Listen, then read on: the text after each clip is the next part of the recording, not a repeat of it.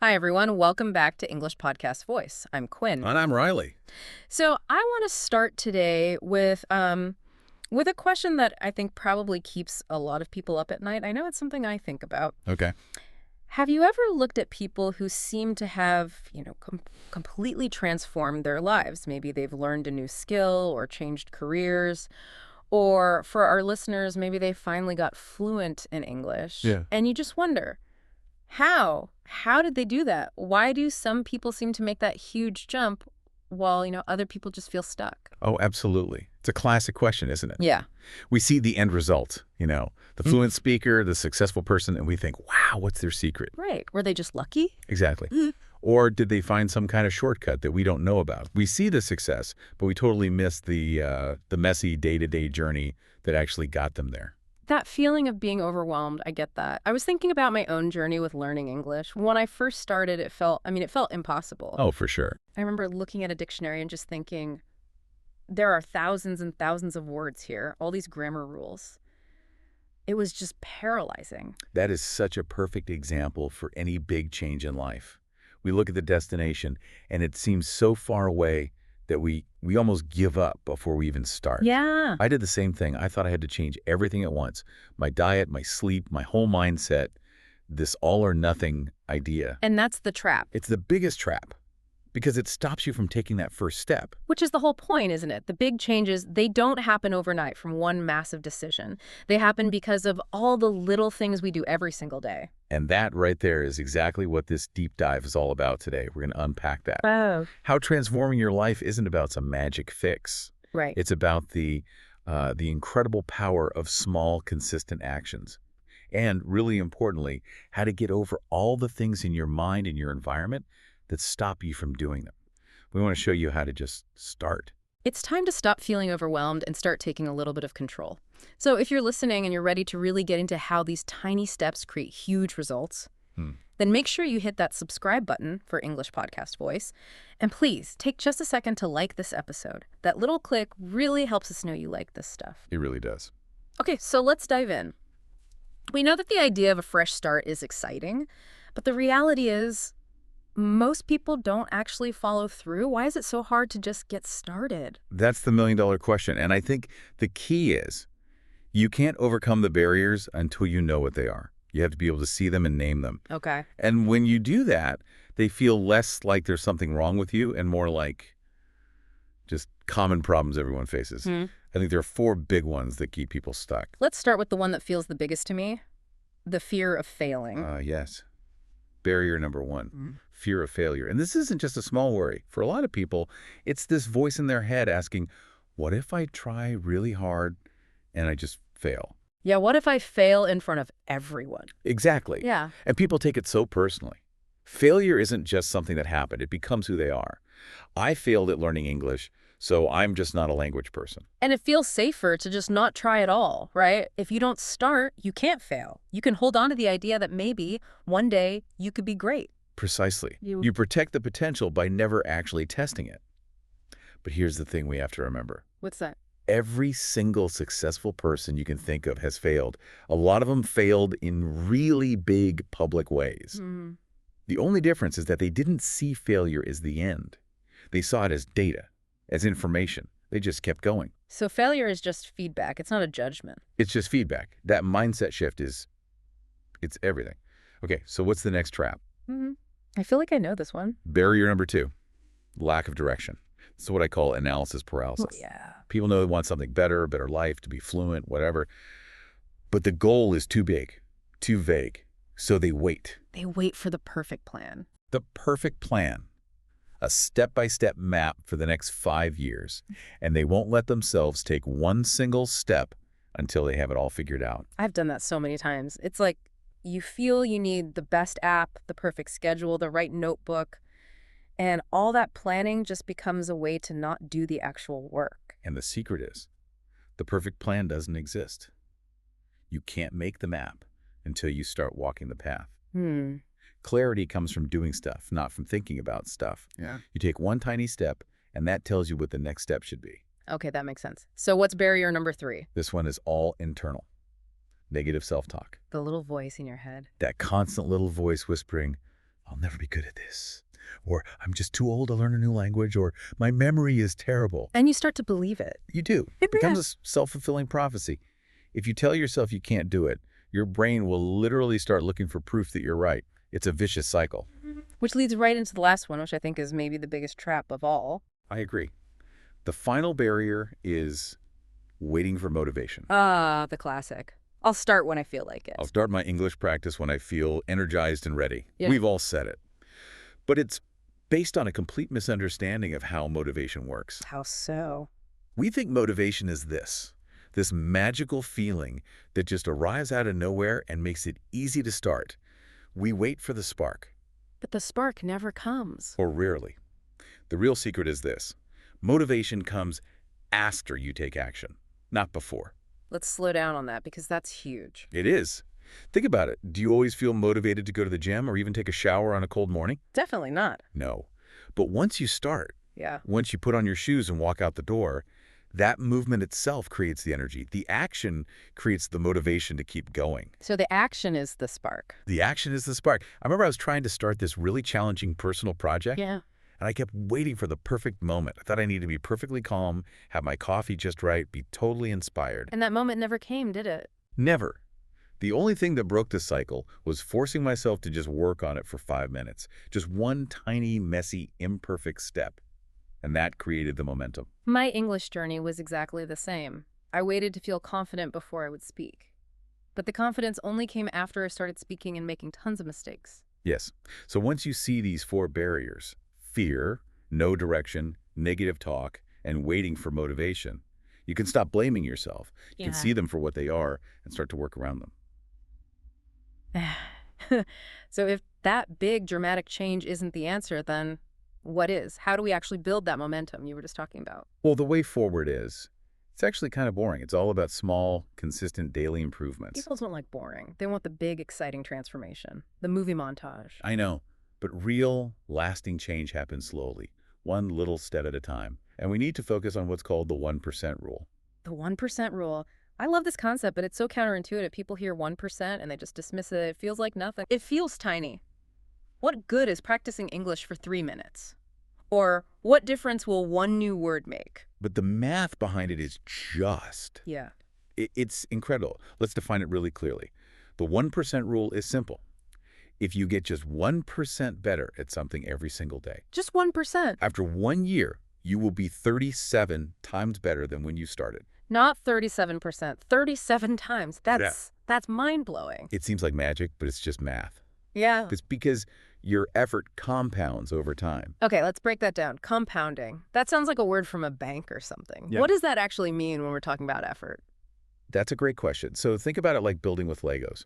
On day 1, you put 1 brick down. Not very impressive. Right. But on day 2, you don't start from the ground. You add your second brick on top of the first one. Your starting point is a little bit higher because of yesterday's work. So today's effort builds on yesterday's effort. It's not starting from 0 each time. Yeah. Exactly. You're leveraging what you've already done. So if you learn 1 new English word today, tomorrow you have a slightly better chance of understanding a podcast. That 1 word makes all your future listening a little bit more effective. And every small effort multiplies the value of the next one. Eventually it all adds up and suddenly you have this huge tower. It's slow at first, then it just seems to explode. And this connects to something so important. The idea that your habits create your identity. From the book Atomic Habits, right, by James Clear. Yes. He says habits don't just change what you do, they change who you believe you are.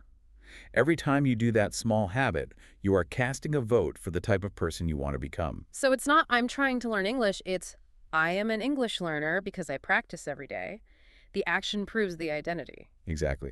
So to make this super practical, the changes need to be tiny. So small, it's almost harder not to do them. Okay, let's give some real examples for our listeners. Instead of a huge goal like I'm going to study for an hour every night, make it practice English for 5 minutes. Just 5 minutes. Anyone can find 5 minutes. Listen to 1 song, do a few flashcards while your coffee brews. So easy. Or for reading. Forget trying to read a whole book. Just commit to reading for 10 minutes a day. Yes, you'll still finish a book every couple of months, but more importantly, you will become a person who reads. You build the identity. And what about the mental side? That's a 1% change too. Yeah. When you catch yourself thinking, my pronunciation is so bad. Just replace it. Replace it with one positive thought, like, I'm getting clearer every time I practice. Consistency over intensity, that's the key. 100%. It's so much better to do a little bit every day than to try and do a massive 3-hour study session once a month. The daily rhythm is what builds the habit. There are so many stories of people who get fluent just by doing one small thing consistently, like listening to a podcast on their commute every single day. Exactly.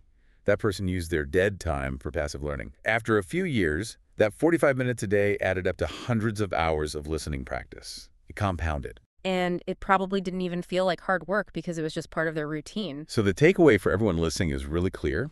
If you're stuck and don't know where to start, you don't need a huge plan. Just pick one tiny habit today, make it ridiculously easy, and just do it. That's how you start the engine. Okay, so we've covered taking action, being consistent, but you mentioned something earlier. The foundation under all of this is our mindset. Absolutely. Action is critical, but if your mindset isn't right, the action won't last. It's like building a house on a shaky foundation. So what's the shift we need to make? It's all about moving from what's called a fixed mindset to a growth mindset. This is probably one of the biggest ideas in psychology today. Okay, let's define those really clearly for everyone. What's a fixed mindset?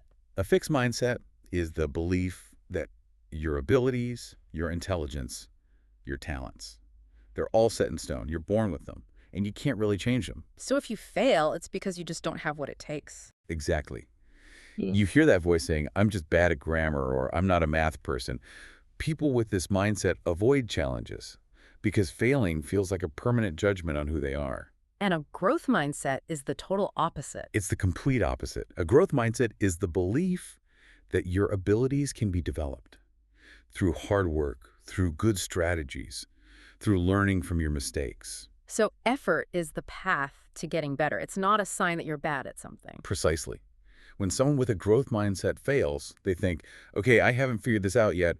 What can I try differently? It totally reframes failure. It's not an identity. It's just a temporary problem to be solved. That feels so much more empowering. It is. And this isn't just a nice idea.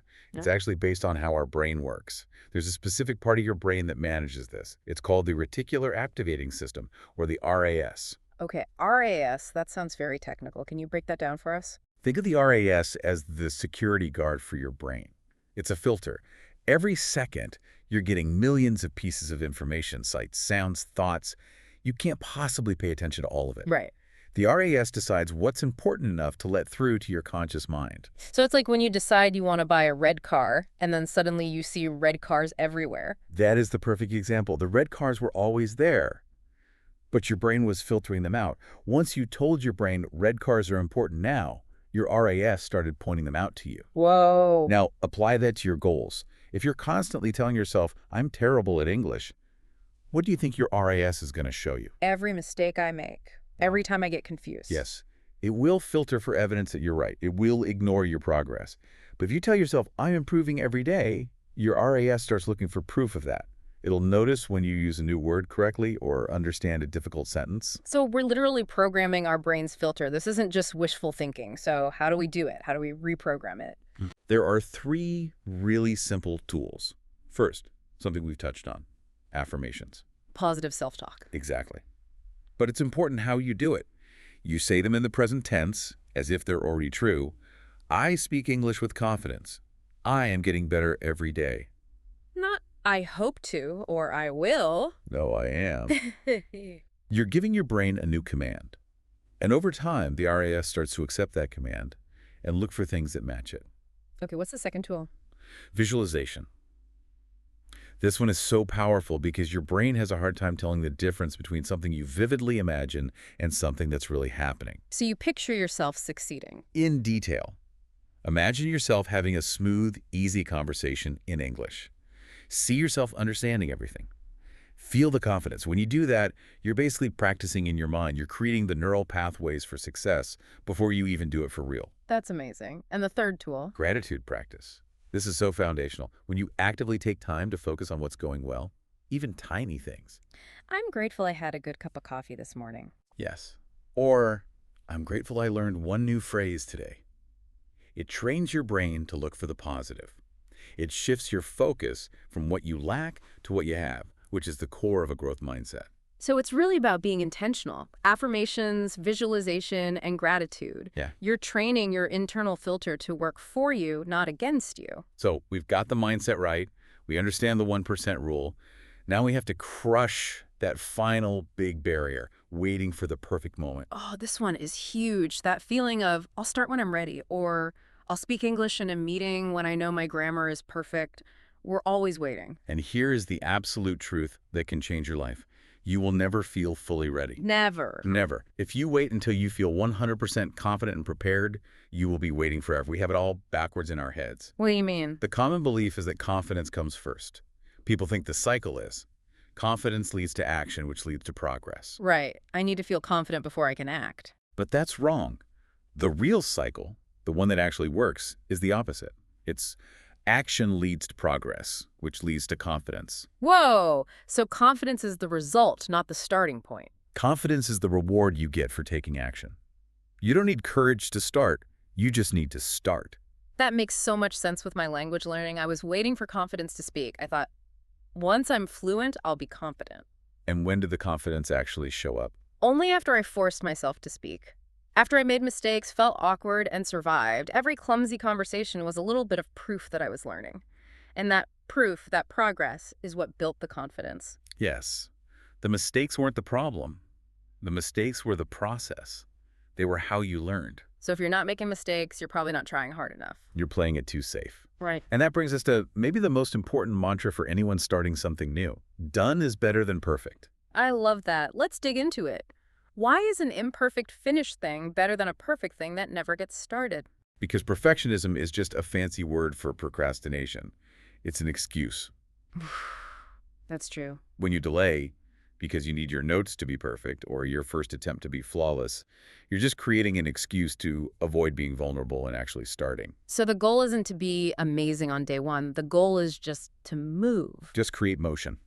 Imperfect action. Mm. A messy 5-minute English practice session today is 1,000,000 times better than planning the perfect study session for tomorrow. Because that action creates momentum. It creates momentum and it gives you immediate feedback. You learn what works and what doesn't. You can't get that from a book. Okay, so let's make this actionable for everyone listening right now. Think of one thing you've been putting off. That workout, that difficult email, that grammar lesson. And commit right now to taking just one small, messy, imperfect step toward it today. Not tomorrow, today. Yeah. A little bit of action is the engine that will build the confidence you're looking for. So far, we've focused a lot on what's happening inside our own heads. The mindset, the beliefs, the actions. Right, the internal stuff. But we can't forget that we don't exist in a bubble. We are massively influenced by our external environment. How much do our surroundings really shape us? Oh, it's everything. I think our environment is often a much bigger factor than our own willpower. We think we're making all our own choices, but the people we're around, the stuff we watch and listen to, it all nudges us in a certain direction. It absolutely does. And the biggest part of that environment is the people. There's that famous saying, right? You are the average of the 5 people you spend the most time with. It sounds kind of harsh, but it's so true. If your 5 closest people are always complaining, always negative, it is so hard to stay positive and motivated yourself. Their energy just rubs off on you. Their limiting beliefs become your reality. But flip that. Imagine you're around 5 people who are excited about learning, who celebrate small wins, who are trying to improve themselves. You can't help but level up. Their ambition becomes your new normal. Their habits become your habits. So if we're serious about changing, we have to be just as serious about designing our environment to support that change. So what does that look like in practice? Well, the easiest place to start is with your digital world, adding positive digital influences. Curating your social media feed. Exactly. You have total control over that. Unfollow the accounts that make you feel bad. Follow authors, speakers, teachers, creators who share useful, inspiring stuff. That's a great 1% change. Just 5 minutes of curating your feed can change the information your brain gets all day long. Second, and this is huge, you have to join a community. Learning in isolation is really, really hard. Yeah. Motivation dies when you're alone. If you're learning English, find an online group. Find a conversation partner. If you're getting fit, join a class. When you're part of a group, you get accountability, and you realize you're not the only one struggling. I remember reading about someone who felt so stuck with English until they joined a forum, and they realized everyone else was also confused by the same grammar rules. And that feeling, oh, it's not just me, is so powerful. It normalizes the struggle. Okay, so add positive influences, join a community. What's the third part? This is the hardest one, reducing negativity. Ooh. This might mean having some tough conversations. It might mean spending less time with friends or family who constantly drag you down or discourage you. That's a brave step to take. It is. But it also applies to media. If the 24-hour news cycle or arguments on social media are draining your energy, you have to cut back. You have to protect your focus. It's like you wouldn't let someone come into your house and throw trash everywhere, so why let them do it in your mind? That is the perfect way to put it. You have to be the guardian of your own mental space. So a final question for everyone listening to think about. Who are your 5 people? The people, the podcasts, the accounts you listen to most, are they pushing you up or are they holding you back? Wow. That was a really deep dive. From the mental blocks all the way to the tiny daily actions that can change everything. I think if we had to boil it all down to one single takeaway, it would be this. You have so much more control over your life and your future than you probably think you do. Transformation isn't for the lucky people. It comes from small, consistent changes, the right mindset, and building an environment that helps you grow. And just remembering that progress takes time. You're not going to see a massive change tomorrow. Not at all. But every one of those 1% improvements is compounding. It's building on itself. The person you'll be in a year is being decided by the tiny choices you make today. And if you're still feeling that little bit of hesitation, that where do I even start feeling, let's just do that micro challenge one more time. Yes. Stop thinking, start doing. Think of that one thing you've been putting off. That 5 minutes of practice, that quick walk. And take one small, imperfect step toward it right now as soon as this is over. That action is the proof to your brain that change is possible. We really hope this whole conversation has helped you feel a little less stuck and a little more ready to take that first step. Thank you so much for joining us on English Podcast Voice. If you enjoyed this and found it helpful, please subscribe and share it with a friend who might need to hear it. And don't forget to check out the links in the description. We put some resources there and a vocabulary guide to help you remember everything we talked about today. I'm Quinn. See you next time. And I'm Riley. Bye.